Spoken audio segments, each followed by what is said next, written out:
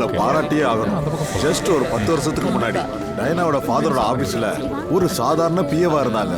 இன்னைக்கு அதே வீட்டுக்கு எஜமானி அம்மா. புருஷன் இறந்துட்டாரு, இன்னொரு கல்யாணம் பண்ணி மாணவியும் கூட வச்சுக்கிட்டாங்க. அதோட இந்த கேமை பாரு, தன்னுடைய முன்னாள் கணவனுடைய பொண்ணை அந்த ஜால்ரா கெகன் தலையில கட்டுறாங்க. ஹலோ ஃப்ரெண்ட்ஸ், எல்லாரும் இங்க கொஞ்சம் வரீங்களா? என்கேஜ்மென்ட் ப்ரோகிராம ஆரம்பிச்சிடலாம். Please everybody come come come. Engagement ஸ்வீட்டை நான் உங்களுக்கு என் கையால தருவேன் my dear mom. Manav, Jayaraj, நீங்க என்ன அங்க நிக்கிறீங்க? அட என்னப்பா, நம்ம வீட்டு பொண்ணோட என்கேஜ்மென்ட் ஃபங்க்ஷன் நடக்குது. Come on, be a part of it. போங்க போங்க அப்பா அவர்களே, போட்டோ கிளிக் பண்ணிக்கோங்க. உன் வாயை கொஞ்சம் மூடுறியா? வரேன் டார்லிங். போங்க போங்க. இப்ப பாரு கிண்டலா. எக்ஸ்கியூஸ் மீ, இதோ நான் வந்துட்டேன்.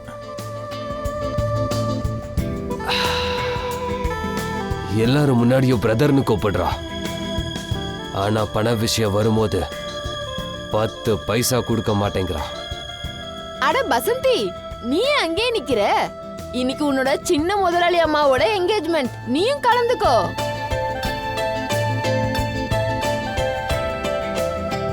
சின்ன முதலாளி அம்மா, நீங்க பார்க்க ரொம்ப அழகா இருக்கீங்க. யாரோட கண்ணும் பட்டிடக்கூடாது. அட இது என்ன, உங்களுக்கு இன்னைக்கு என்கேஜ்மெண்ட், நீங்க மெஹந்தி போடல? உங்களுக்கு என்கேஜ்மெண்ட் நடக்குது, ஆனா நான் மெஹந்தி போட்டுக்கிட்டேன். அழகா இருக்குல்ல? ரொம்ப அழகா இருக்கு. பசந்தி, நான் உன்னை இங்க வந்து சும்மா தான் நிக்க சொன்னேன், சரியா? நீ நேரா ஷைனாவோட மடியிலேயே போய் உட்கார்ற. இது அவ்வளோ நல்லது இல்ல. போ, முதல்ல எங்க இருந்தியோ அங்கே போ.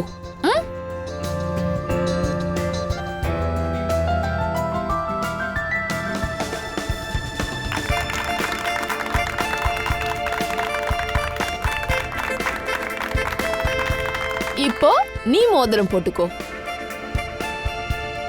இந்தம்மா.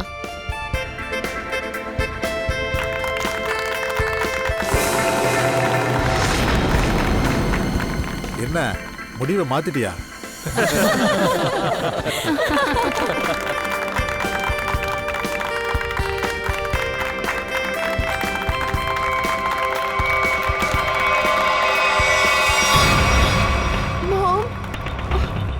என்னம்மா, என்ன பாசம் இப்படி பொழியுது? மாம், எனக்காக நீங்க எவ்வளவு பண்ணிருக்கீங்க. ஜஸ்ட் ஒரு தேங்க்ஸ் சொல்ல விரும்பினேன். யாருக்கு தெரியும் நாளைக்கு என்ன நடக்கும்னு? நாளைக்கு என்ன நடக்குமோவா? நீ சொல்றது எனக்கு புரியல. ஐ மீன், எனக்கு என்கேஜ்மெண்ட் முடிஞ்சிருச்சு. அப்புறம் என்னோட டைம் ககன்காக தான். உங்களுக்காக என் நேரத்தை ஒதுக்க முடியாது. அதுக்காக தான் ஹக் பண்ணேன் அண்ட் தேங்க்ஸும் சொல்லிட்டேன். என்னவோ சொல்றா. இவ மண்டையில என்ன ஓடிட்டு இருக்கு?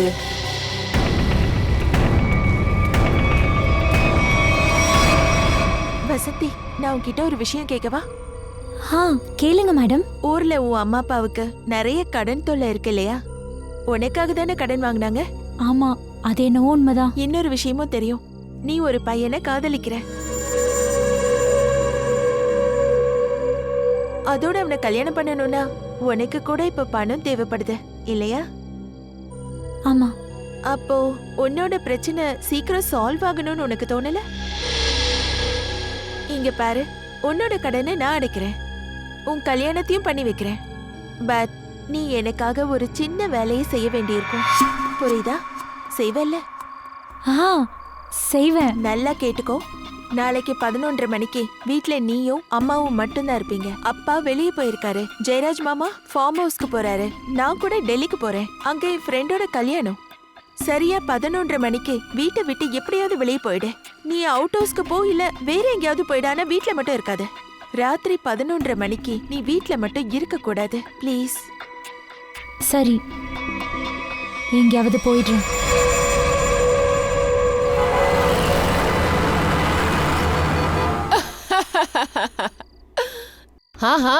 கண்டிப்பா, நானும் இதத்தான் கேள்விப்பட்டேன்.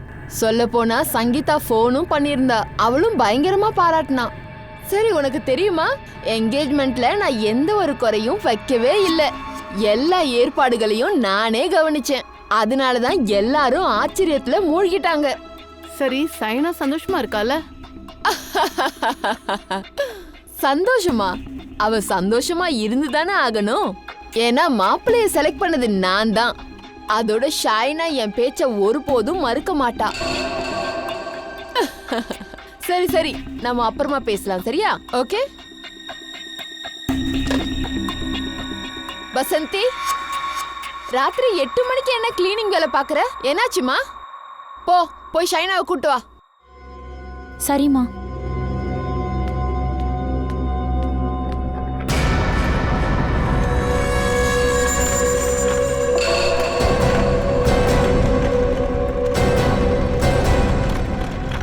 ஷைனா, ஏமா இது என்ன பேக் எடுத்துட்டு நீ எங்க கிளம்பிட்ட? மாம், நான் டெல்லி போறேன். டெல்லி? என் ஃப்ரெண்டோட கல்யாணத்துக்கு. அதுக்காக தான் போயிட்டு இருக்கேன். நீ உண்மையதானே பேசுற? ஒருவேளை இந்த ககனை கல்யாணம் பண்ணிக்கிறோமோன்னு நீ நினைச்சு வீட்டை விட்டு ஓடி போறியா? மாம், நீங்க நினைக்கிற மாதிரி ஒண்ணும் இல்ல. ககனை கல்யாணம் பண்ணிக்க மாட்டேன்னு உங்களை நான் ஹர்ட் பண்ணேனா? கேட்கவே ரொம்ப சந்தோஷமா இருக்கு.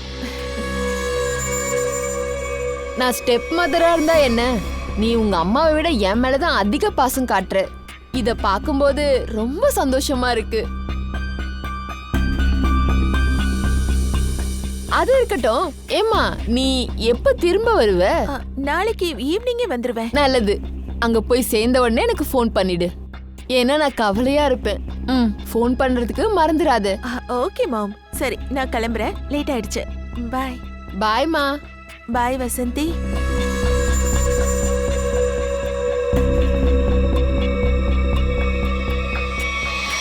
என்ன குடும்பமோ, பொண்ணுக்கு அம்மா மேல கவலை இல்ல, அம்மாக்கு பொண்ணு மேல கவலை இல்ல.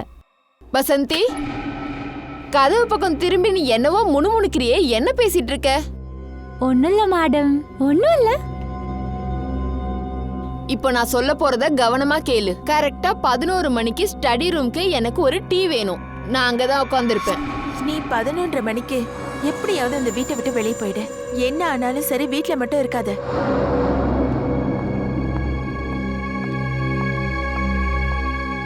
பதினொன்று மணிக்கா?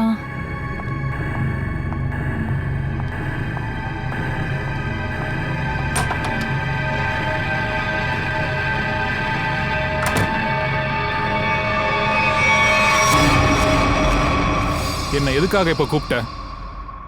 உனக்கு தெரியும்ல, ஒரு ஆந்தைய போல என்ன அவ கண்காணிச்சுக்கிட்டே இருக்கா. நமக்குள்ள இருக்கிற இந்த உறவு ஒரு தடவை அவளுக்கு தெரிஞ்சிச்சுன்னு வை, நம்ம நிலைமை என்ன ஆகும்னு தெரியும்ல.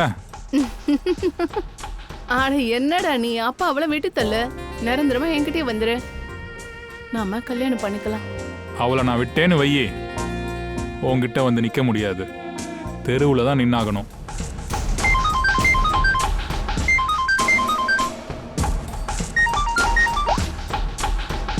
எஸ். என்ன?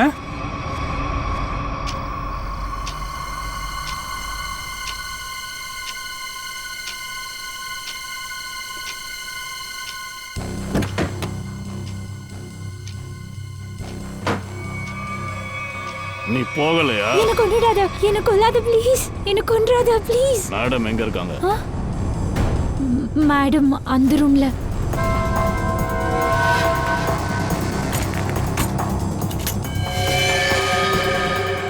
ஏய், இங்க வா சீக்கிரம். இந்த கதவை தர.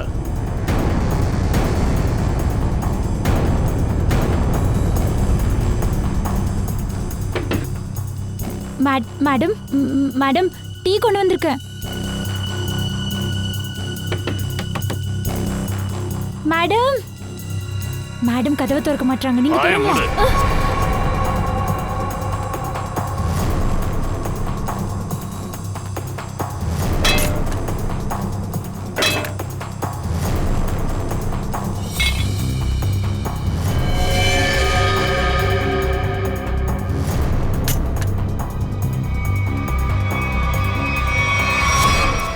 வசந்தி, நீங்க கல்யாணி மேடத்தை இந்த ரூமுக்கு போகும்போது பார்த்திருக்கீங்க. ஆனா கல்யாணி மேடம் வெளியில வர்றப்போ நீங்க அதை பார்க்கல. சார் மேடம் என் கண்ணு முன்னாடி தான் ரூம்குள்ள போனாங்க.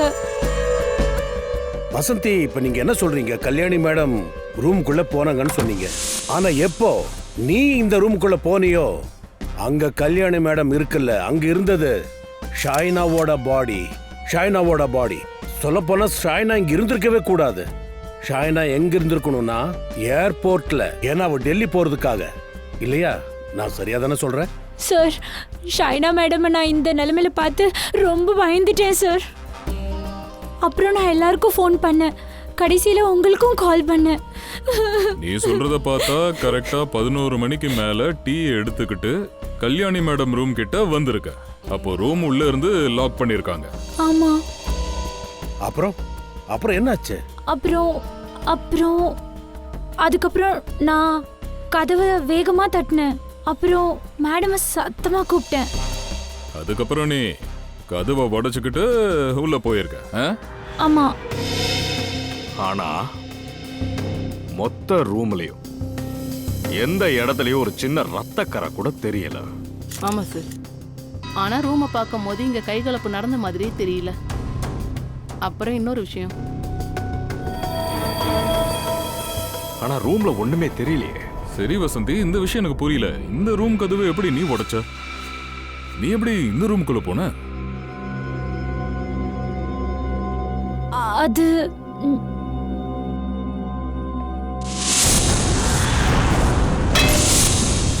அது அதை யூஸ் பண்ணி. ஐ see. இந்த சிலையாலையா? ஆமா சார். பாருடா, மறுபடியும் ஒரு தடவை பண்ணி காட்டு. நாங்களும் பார்க்கணும்ல. என்ன? காட்டு சீக்கிரம்.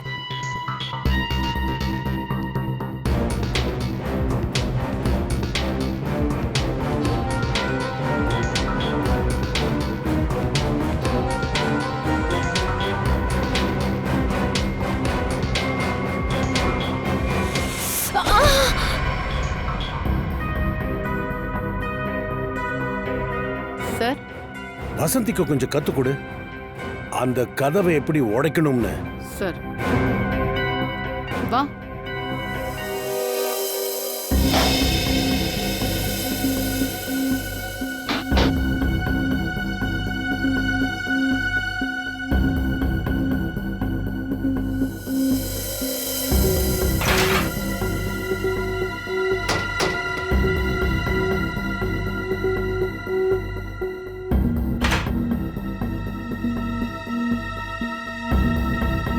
சார், இந்த ரூம்ல எங்கேயும் ரகசிய வழி இல்லவே இல்ல. அதான கதையே. அப்போ கல்யாணி எப்படி வெளியே போனா? அப்புறம் இந்த ஷாய்னா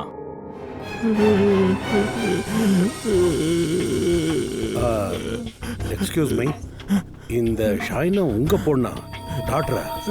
ஆமா, அவ என்னோட ஸ்டெப் டாட்டர். நான் கல்யாணியோட செகண்ட் ஹஸ்பண்ட். அப்புறம் நீங்க? நான் கல்யாணி மேடமோட செக்ரட்டரி. செக்ரட்டரியா? நீங்க ரெண்டு பேரும் ஏதாவது ஒரு வேலையில ஒண்ணா இருந்திருக்கீங்களா என்ன? சார், நாங்க ஒரு முக்கியமான மீட்டிங்க்கு போயிருந்தோம். சார் இவ எல்லாத்தையுமே சொல்லிட்டான். சார் நான் தேவையில்லாம மாட்டிக்கிட்டேன் சார். சார் அது கதவை நான் இல்லை சார், அந்த ரவுடி தான் உடைச்சான். அவனை ஷைனா மேடம் கல்யாணி மேடமை கொலை பண்ண அனுப்பிச்சாங்க. நான் உண்மையை தான் சொல்றேன். இவ்வளோ அடி அடிச்சதுக்கு அப்புறம் நான் போய் எப்படி சொல்லுவேன்? நான் கொலை பண்ணல சார். நான் எப்படி சார் கொலை பண்ணுவேன்? உனக்கு தெரிஞ்சிருந்தது கல்யாணியை கொலை பண்ண போறாங்கன்னு உனக்கு தெரிஞ்சிருந்தது. அந்த மொத்த பிளானையும் ஷைனா போட்டிருந்தான். ஆனா போட்ட பிளான்ல ஷைனாவே மாட்டிக்கிட்டா. அவளை யாரோ கொலை பண்ணிட்டாங்க. கதை இப்படி கூட இருக்கலாம். அதாவது ஷைனா கல்யாணிய கொலை பண்ண வந்திருப்பா, ஆனா கல்யாணிய ஷைனா கொலை பண்ணிருக்கணும். சரி, அப்ப கல்யாணி எங்க காணுமே? மொபைலும் நாட் ரீச்சபிள்னு காட்டுது. எனக்கு தெரிஞ்சு இந்த கல்யாணி ஒரு திருட்டு பொம்பளை தான். பொண்ணை கொலை பண்ணிட்டு எங்கேயோ மறைச்சிட்டா. எல்லாம் அடங்கிட்டு அவளே வெளியே வந்துருவா. வந்து ஏதாச்சும் ஒரு சாக்கு சொல்லுவா. தங்கச்சி எங்க? என் தங்கச்சி சார், என் தங்கச்சி எங்க சார்? எக்ஸ்கியூஸ் மீ, ஒருத்திய காண, ஒருத்தி கொலை செய்யப்பட்டிருக்கா. கொஞ்சம் வந்து பாருங்க. அதுல யார் உங்க சிஸ்டர்? இவ என்னோட நீஸ் ஷைனா. நான் இவரோட மாமா, கல்யாணியோட பிரதர். இங்க என்ன நடக்குது சார்? இதெல்லாம் என்னது? அது இருக்கட்டும், என்னோட சிஸ்டர் நல்லா இருக்காளா? ஆமா ஆமா, உங்க சிஸ்டர் கல்யாணி தான் நாங்களும் தேடுறோம். திடீர்னு சிஸ்டர் மேல என்ன இவ்ளோ பாசம் பொங்குது? Keep quiet. வசந்தி, ஒரு விஷயம் சொல்லுங்க. நீ என்ன சொன்ன? ஷாய்னா ஏர்போர்ட் போயிருந்தா டெல்லி போறதுக்கு. அவ இங்கிருந்து ஏர்போர்ட்டுக்கு எப்படி போனா? சார் கேப்ல தான் போயிருக்கான் சார். அவ என்கிட்ட தான் கேப்பை புக் பண்ண சொன்னா. நீங்க யாரு? சார் நான் ககன், அவளுடைய புருஷன். பயங்கரமான ஃபேமிலியா இருக்கே. ஒருத்தர் பின்னாடி ஒருத்தர் வராங்க. இன்ஸ்டால்மெண்ட்ல வராங்களோ? சார் ப்ளீஸ், நான் சைனாவை பார்க்கலாமா? சரி.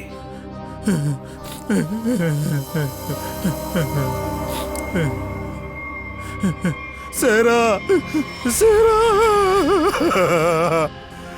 சேரா. இவ எந்த கேப்ல போனா? உஸ்மான் பாய், நேத்து ஏர்போர்ட் போறதுக்காக இவங்க உங்ககிட்ட கேப் புக் பண்ணியிருந்தாங்க. இத பாக்குறப்ப ஞாபகம் வருதா? இவ என்ன பண்ணா? நல்ல குடும்பத்து பொண்ணு மாதிரி இருக்காளு. அதெல்லாம் ஒண்ணு இல்ல, இவ கொலை பண்ணப்பட்டிருக்கா. ஓ, அல்லா அல்லா. காலம் ரொம்ப கெட்டு போயிருக்கு. நேத்து ராத்திரி தான் இவன் என் கேப்ல ஏறுனா. ஆனா இப்போ இப்படி ஒரு நியூஸை சொல்றீங்களே. இந்த இயற்கை என்னெல்லாம் விளையாட்டு விளையாடுது பாருங்க. என்ன நடந்தது நேத்து ராத்திரி? கொஞ்சம் சொல்லுங்க சார். நேத்து ராத்திரி ஒரு 8:30 மணி இருக்கும். ராஜன் ரோடு பக்கத்துல அந்த கல்யாணி மேன்ஷன் இருக்குல்ல, அங்கிருந்து இந்த பொண்ணை என் டாக்ஸியில் நான் பிக்கப் பண்ணேன். அங்கேருந்து பிக்கப் பண்ணிட்டு நேராக ஏர்போர்ட் ரோடு கிளம்பிட்டோம். ஆனால் கொஞ்ச நேரத்திலேயே இவங்க என்ன டேங்க் ரோட்லேருந்து லெஃப்ட் எடுக்க சொன்னாங்க. நானும் அங்கேருந்து கொஞ்சம் முன்னாடி போனேன். உடனே டாக்ஸியை நிப்பாட்ட சொன்னாங்க. அங்கே ஏற்கனவே ஒரு கார் இருந்தது. அந்த கார்லேயும் ஒருத்தர் இருந்தார். இவளுக்காகவே அவன் காத்துக்கிட்டு இருந்த மாதிரி இருந்தது.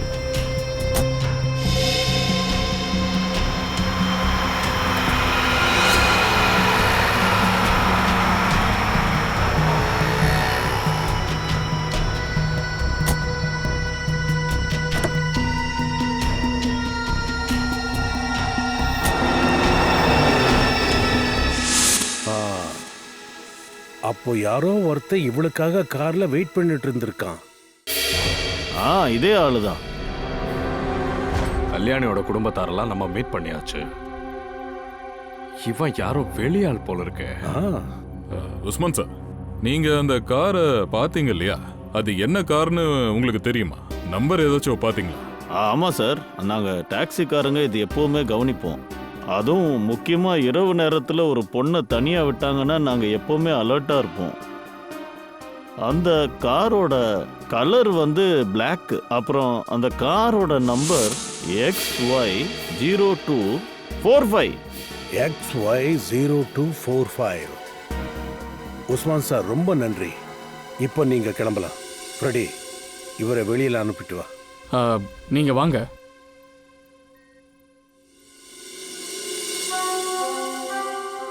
இரு, கொஞ்சம் வேற மாதிரி யோசிச்சு பார்ப்போம். இப்ப இவன் கார்ல உட்காந்து ஷாஹினா போயிருக்கா. ஒருவேளை இவன் கூட கொலை பண்ணிருக்கான். ஒரு வேலை செய்யலாம். ஷாய்னாவை இந்த உஸ்மான் கிட்டத்தட்ட 9 மணிக்கு இந்த ஆள்கிட்ட விட்டுருக்கான். அப்போ 9 மணிலேருந்து 11 மணி வரைக்கும் ஷாய்னா யாருக்கெல்லாம் ஃபோன் பண்ணா, அவளுக்கு யாரெல்லாம் ஃபோன் பண்ணாங்க, மொத்த டீட்டெயில்ஸையும் எடுக்கலாம். கண்டிப்பா ஏதாவது ஒன்று தெரியும். ஆனா இந்த கல்யாணி எங்க இருக்கா? ஏய் கல்யாணி, நீ எங்க தான் மறைஞ்சிருக்க?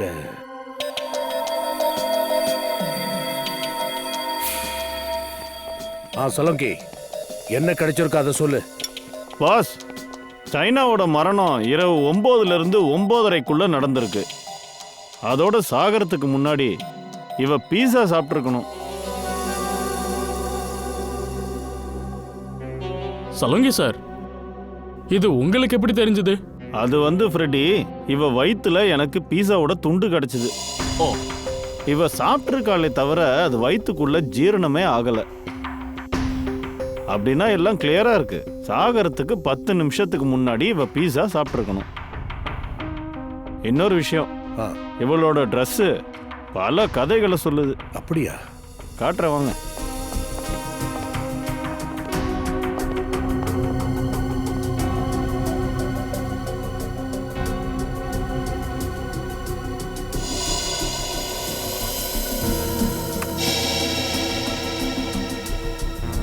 இந்த பூச்சிங்க வந்து சாதாரணமா அடைஞ்சிருக்கிற ரூம் இல்லைன்னா பழைய இடங்கள்ல தானே இருக்கும். சரியா சொன்ன. இன்னொரு விஷயம், அவ ட்ரெஸ்ஸை கொஞ்சம் பாரு பாஸ். இவ எந்த ட்ரெஸ்ஸை போட்டிருந்தாலோ அந்த ட்ரெஸ்ஸில் பல இடங்கள்ல மோபில் ஆயில் கரை இருக்கு. மோபில் ஆயில்? ம், மூடப்பட்ட இடம், மோபில் ஆயில் கரை. இன்னொரு விஷயம்,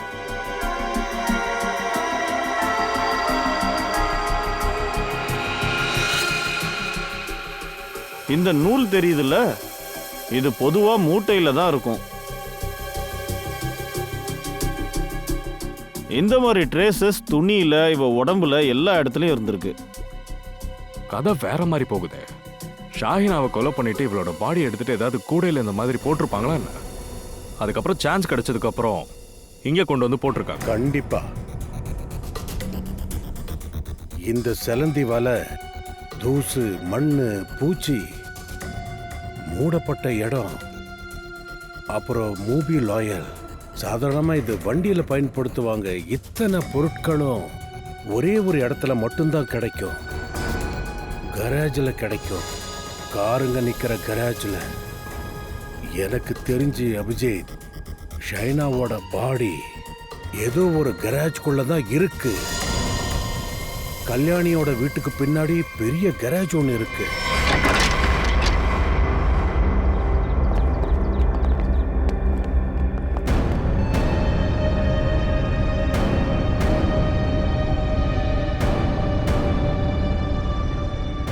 இந்த இடமா தான் இருக்கணும். செக் பண்ணிடலாம்.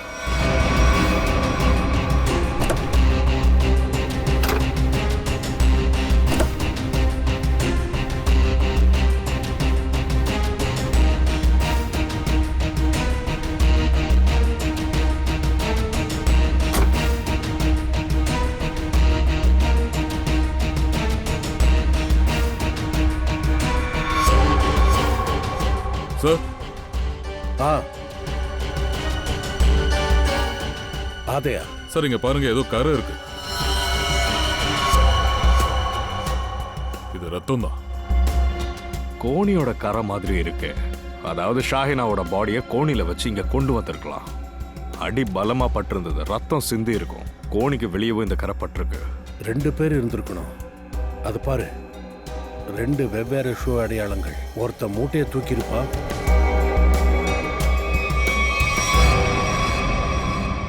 ஷாஹினாவோட பாடியை இங்கே தான் வச்சிருக்காங்க. இதுக்கான ஆதாரம்லாம் எங்க கிட்ட இருக்கு. 9:30லேருந்து 11:30க்குள்ள பாடியை யாரோ வீட்டுக்குள்ள எடுத்துட்டு போயிருக்காங்க. அங்க ஸ்டடி ரூம்லயும் வச்சுட்டாங்க. சரி, கராஜோட சாவி யார்கிட்ட இருக்கும்? சார், சாவி வீட்டில் தான் இருக்கும். யாருக்கு தேவையோ அவங்க எடுத்துப்பாங்க. அப்ப வெளிய இருந்து ஒரு ஆள் வந்து சாவி எடுத்துட்டு கராஜை திறக்கிறதுக்கு வாய்ப்பு இல்லைல்ல? அப்ப மேட்டர் கிளியரு. கொலைகாரன் சொந்தக்காரன் தான். சார் சார், உங்ககிட்ட கொஞ்சம் பேசணும்.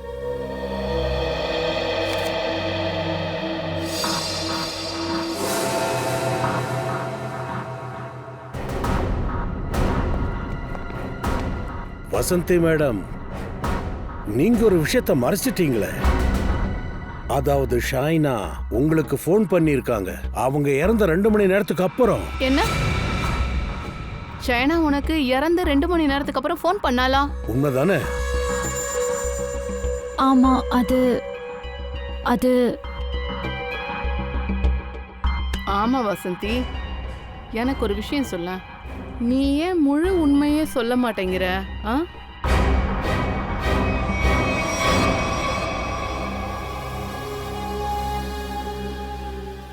வா வசந்தி, இப்ப நீ கேப் விடாம சொல்லணும். எல்லா உண்மையும் சொல்லணும். அதாவது ஷாய்னா உனக்கு இறந்து 2 மணி நேரத்துக்கு அப்புறம் எப்படி ஃபோன் பண்ணா? சார், அன்னைக்கு நான் பயந்து போய் எல்லா உண்மையும் சொல்லல. அது ஏன்னா ஒருவேளை நான் என்ன சொன்னாலும் நம்ப மாட்டீங்கன்னு என்னை பிடிச்சிட்டு போய் ஜெயிலில் போட்டுருவீங்களோன்னு பயந்தேன். இதெல்லாம் யோசிச்சு தான் நான் எதுவுமே சொல்லலை. பாத்தியா, உண்மையை சொல்லாததால உன் நிலைமை என்னன்னு பார். ஆ? கண்ணு ரெண்டும் வீங்கி போச்சு, முடியெல்லாம் கலைஞ்சு போச்சு. சரி உண்மையை சொல்லு, ஜெயிலுக்கு போக மாட்டேன். சொல்லுடி. சரி, அன்னைக்கு ராத்திரி ஷைனா மேடமோட நம்பர்ல இருந்து எனக்கு கால் வந்தது. அவங்க வந்து என்ன ஷைனா மேடமோட ஒரு பர்ஸை வெளியே வந்து கொடுக்க சொன்னாங்க.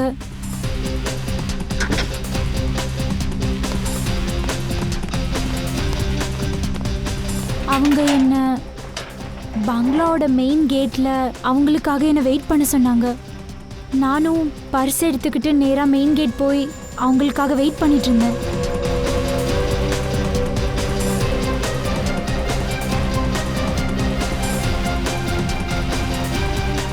கிட்டத்தட்ட 15 நிமிஷம் வெயிட் பண்ணதுக்கப்புறம் நான் மறுபடியும் நேராக ஷைனா மேடமோட நம்பருக்கு கால் பண்ணேன். அப்போ அவங்களுக்கு ஃபோனே போகல. அப்போ நேராக நான் வீட்டுக்குள்ள திரும்பி வந்துட்டேன். இந்த நேரத்தை தான் கொலைகாரனும் பயன்படுத்தி இருக்கான்.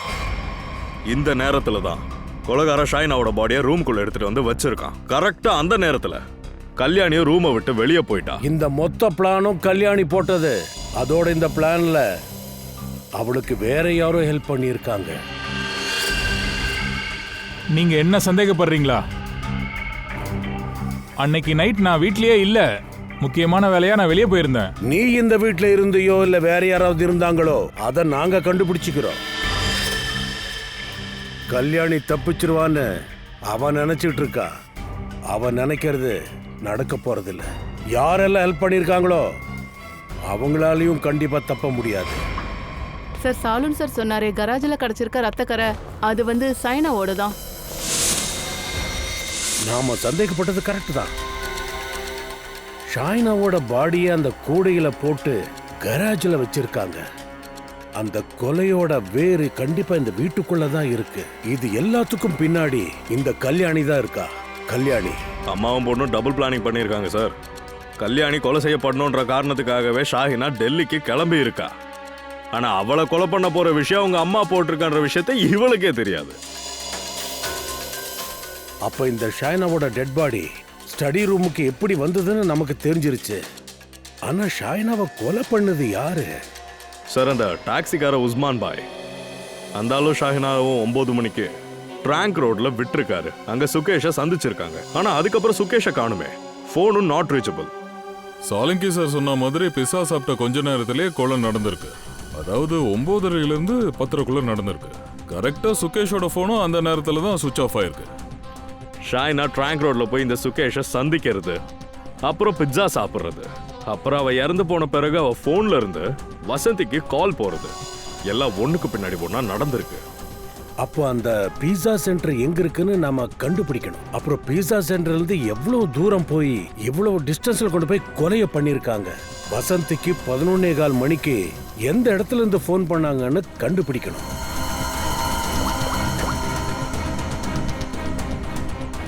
ஆபிட் மொபைல் கம்பெனி. இந்த சுகேஷ் அண்ட் கல்யாணி இவங்க 2 பேரும் கூட்டோ.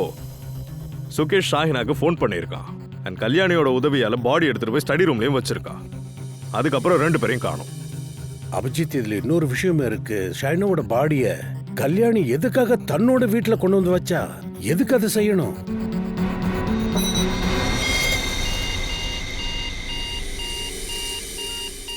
பக்வாடா ஃப்ளைஓவர் சார், இது ட்ராங்க் ரோட்ல இருந்து கிட்டதான். இந்த இடத்துல தான் அந்த டாக்ஸி டிரைவர் ஷைனாவை அங்க விட்டுருக்காரு.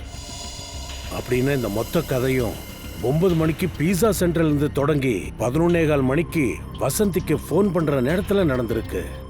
டேங்க் ரோடு பகவாடா ஃப்ளைஓவருக்கு இடையில நடந்திருக்கு. பகவாடா ஃப்ளைஓவர்.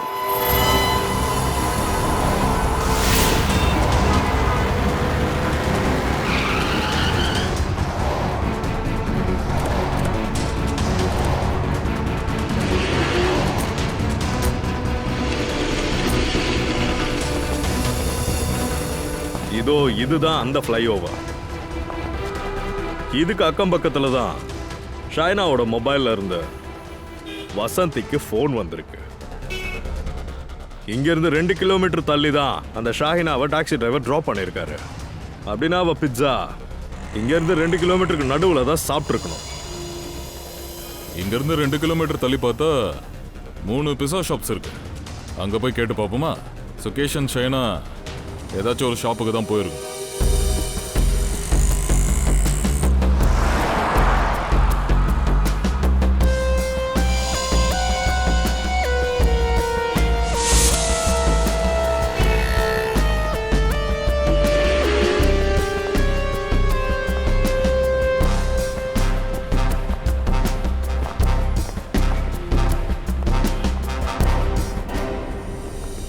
எக்ஸ்கியூஸ் மீ சார், உங்களுக்கு எந்த பீஸா வேணும்? சீஸ் எல்லாம் போட்டு எக்ஸ்ட்ரா லார்ஜ் பீஸா.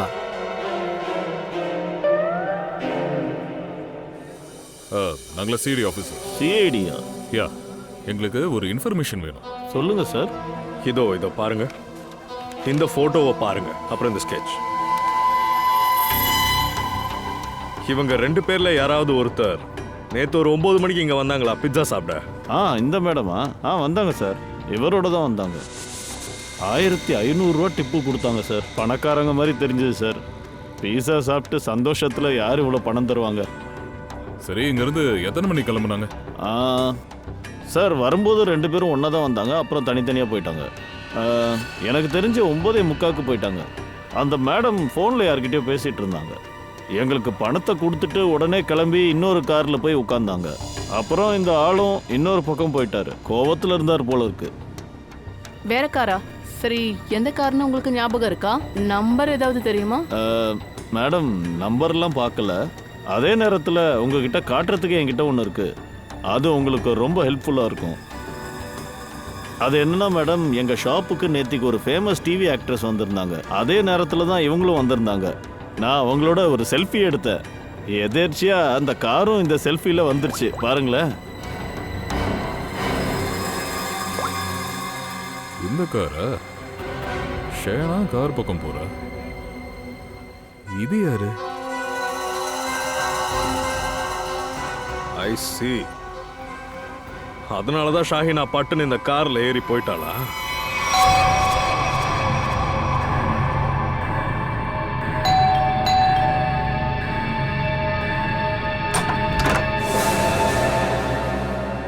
வீட்டில் யாரும் இல்லை சார். நாங்கெல்லாம் சிஐடிஸ். கதவை திறந்து மேடமை கூப்பிடுங்க. சார், வீட்டில் யாருமே இல்லை. வீடு காலியாக தான் இருக்கு. யாருமே இல்லை. இப்ப கதவை திறக்கறியா இல்ல கதவை உடைக்கவா? தர.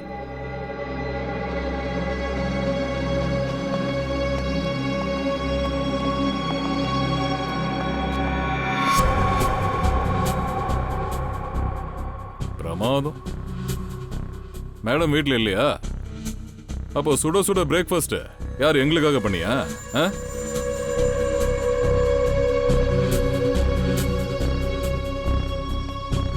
தயா,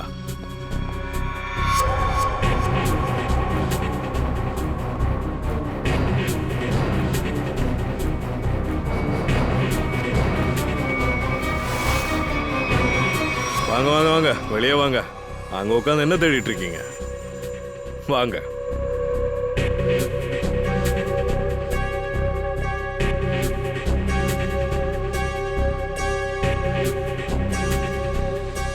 அட என்னங்க நீங்க, உங்க டிஃபன் அங்க ஆறிக்கிட்டு இருக்கு. அப்படி இல்லைன்னா வெறும் பிட்சா மட்டும்தான் இறங்குமா? அது அது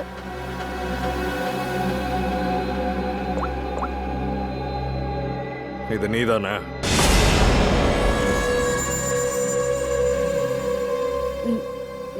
நான் அது ப்ளீஸ், நான் சொல்றது கொஞ்சம் கேளுங்களேன். சொல்றது கேளுங்க. என்ன பண்றீங்க? நீங்க என்ன சொல்றீங்க? நான் எதுக்கு என் நீஸை கொல்லணும் சார்? ஆமா, ஷாய்னா உன்னோட நீஸ் தான். ஆனா டைரக்டர் ரிலேஷன் கிடையாது. ஆனா பணத்துக்காக இந்த மாதிரியான உறவுகளை ஒரு நொடியில தீர்த்து கட்டிடலாம் இல்லையா ஜெயராஜ் சார்? ஏசிபி சார், நீங்க என்ன தப்பா பாக்குறீங்க. கொலை நடக்கும்போது நீங்க எங்க இருந்தீங்க? நான் பல தடவை உங்ககிட்ட சொல்லிட்டேன், நான் ஒரு மீட்டிங்ல இருந்தேன். இல்ல, நீங்க அந்த மீட்டிங்ல இல்ல. நீங்க கல்யாணியோட செக்ரட்டரி அப்புறம் கேர்ள் ஃப்ரெண்ட் ஜுனாக்கி கூட இருந்தீங்க. நீங்க 2 பேரும் சேர்ந்து தான் ஷாஹினாவை கொலை பண்ண பிளான் போட்டிருக்கீங்க. அப்பதானே மொத்த ப்ராப்பர்ட்டி உங்க கைக்கு வரும், அப்படித்தானே? அப்புறம் என்ன வசந்தி, உன் முடி இன்னும் சரியா உட்காரலையா? உன் பொய்ய போலவே உன் முடியும் ரொம்ப இறுக்கமா இருக்கு. எல்லா உண்மையும் சொல்லிட்டியா இல்ல சில விஷயங்கள் இன்னும் பாக்கி இருக்கா? ஒரு கடைசி சான்ஸ் தரேன். சார், நான் என் வாழ்க்கையில எலிய கூட அடிச்சதில்ல. நீங்க என்னடானா நான் ஒரு பொண்ணை கொலை பண்ணதா சொல்றீங்க? சார், நான் உங்ககிட்ட எல்லா உண்மையும் சொல்லிட்டேன். என்னை போக விடுங்களேன். சார், எங்க எல்லாருக்கும் சைனாவை ரொம்ப பிடிக்கும். அதோட நாங்க போய் பணத்துக்காக அவளை கொல்லுவோமா?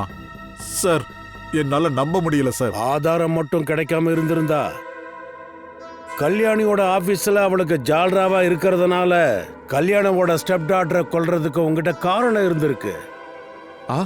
காரணமா? என்ன காரணம்?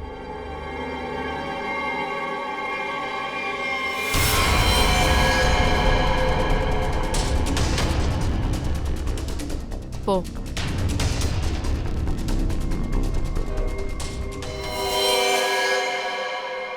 பண்ணது எல்லாமே இவன் தான்.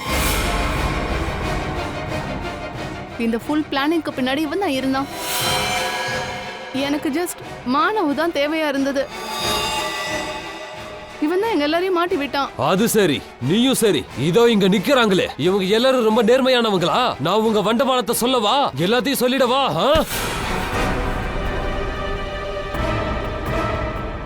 எல்லாத்தையும் அப்புறமா சொல்லு.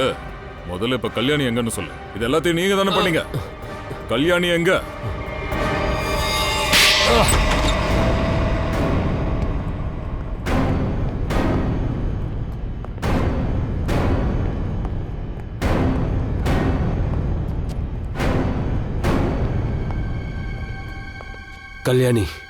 கல்யாணி உள்ள இருக்கா? இங்கே நில்லு, அசையாத.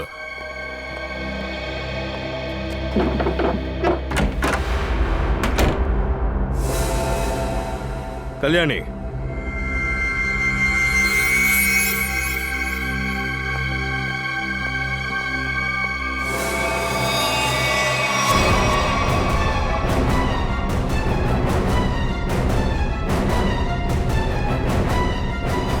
இவ்வளவு கொன்னு இருக்காங்களா?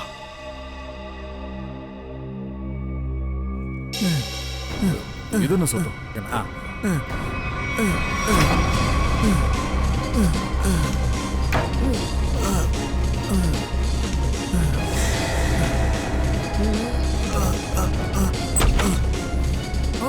Sukesh, Jayaraj sir, Jayaraj sir. Sir, இவன் என்னையே கொல்ல பார்த்தா சார். இவனே தான் சார். என்ன ஜெயராஜ், இதெல்லாம் உண்மையா? இப்ப உண்மையை பேசுறத தவிர உன்னால வேற எதுவும் செய்ய முடியாது. இப்ப எவ்வளவு சீக்கிரம் உண்மையை சொல்றியோ அவ்வளவு சீக்கிரம் உன் உடம்புக்கு நல்லது. சரியா? கல்யாணி எனக்கு ஒரு நையா பைசா கொடுக்க மாட்டா. அதோட ஷைனா வாரிசா இருந்ததால எனக்கு பெரிய தடையா இருந்தா. 15 கோடிக்கான கடன் என் தலையில இருந்தது. அதனால எனக்கு என்ன தோணுச்சோ அதை நான் உடனே பண்ணிட்டேன். நான் டிசைட் பண்ணிட்டேன், நான் ஷைனாவை கொலை பண்ணியே தீருவேன்னு. அப்புறம் கல்யாணியை கடத்திட்டு அவகிட்ட இருந்து ப்ராப்பர்ட்டி பேப்பர்ஸ்ல சைன் வாங்கிட்டு அவளையே கொல்லணும்னு நினைச்சேன். அதனால நான் மானவ் அப்புறம் ஜோனாக்கேயும் என் கூட இருக்க சொன்னேன். அப்புறம் இந்த பசந்தி, அப்புறம் ககன், இவங்களும் உங்க குரூப்பா? வசந்தி இவ ஒரு முட்டாள். இவகிட்ட யார் என்ன சொன்னாலும் அதை தான் இவ செய்வா. அப்புறம் ககனுக்கு இதை பத்தி எதுவும் தெரியாது. அப்புறம் ஷாயினா, அவளை நீங்க எப்படி கொன்னீங்க? ஷைனாவை பீஸா ஹவுஸ்ல இருந்து ஜோனாக்கி ஒரு காரணத்தை சொல்லி கார்ல ஏத்திட்டா. அந்த கார்ல தான் நான் ஷைனாவை கொடூரமா கொன்னேன். ஜோனாக்கிய இந்த சுகேஷ் பார்த்துட்டான். அதனாலதான் இவனையும் நான் தூக்கிட்டேன். ஒருவேளை நீ இவனையும் கொண்டு இருப்பல்ல? கண்டிப்பா. ஷாஹினாவை கொண்டுட்டு நீ கல்யாணி மேன்ஷனுக்கு போயிருக்க. அங்க ஜுனாக்கி ஃபோன் பண்ணி பசந்திய வெளியே கூப்பிட்டுருக்கா.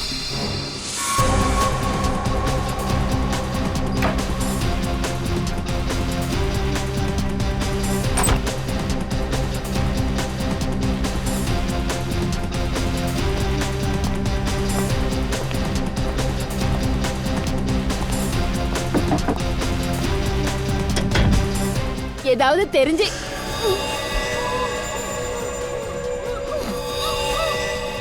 நாங்க கல்யாணிய மயக்கமடைய வச்சோம். அதுக்கப்புறம் ஷைனாவோட பாடியை ஒரு இடத்துல இருந்து எடுத்து அவ ஸ்டடி ரூம்ல உட்கார வச்சோம். கல்யாணி உன்னுடைய சிஸ்டர். ஷேனா உன் பொண்ணு மாதிரி இருந்தா. ஆனா பணத்துக்காக நீ இந்த உறவுகளை கொலை பண்ணிருக்க. அப்புறம் நீங்க 3 பேரும் மானவ், ஜோனாக்கி, வசந்தி, நீங்களும் குற்றவாளிங்க தான். ஷைனா அப்புறம் கல்யாணியோட கொலைக்காக அத்தனை பேரும் ஜெயிலுக்கு தான் போறீங்க. எந்த பணத்துக்காக நீங்க இந்த ஆட்டம் போட்டீங்களோ அதுல இருந்து ஒரு 10 பைசா கூட உங்களுக்கு கிடைக்காது. கிடைக்க போறது வெறும் தண்டனை. 2 கொலைக்காக.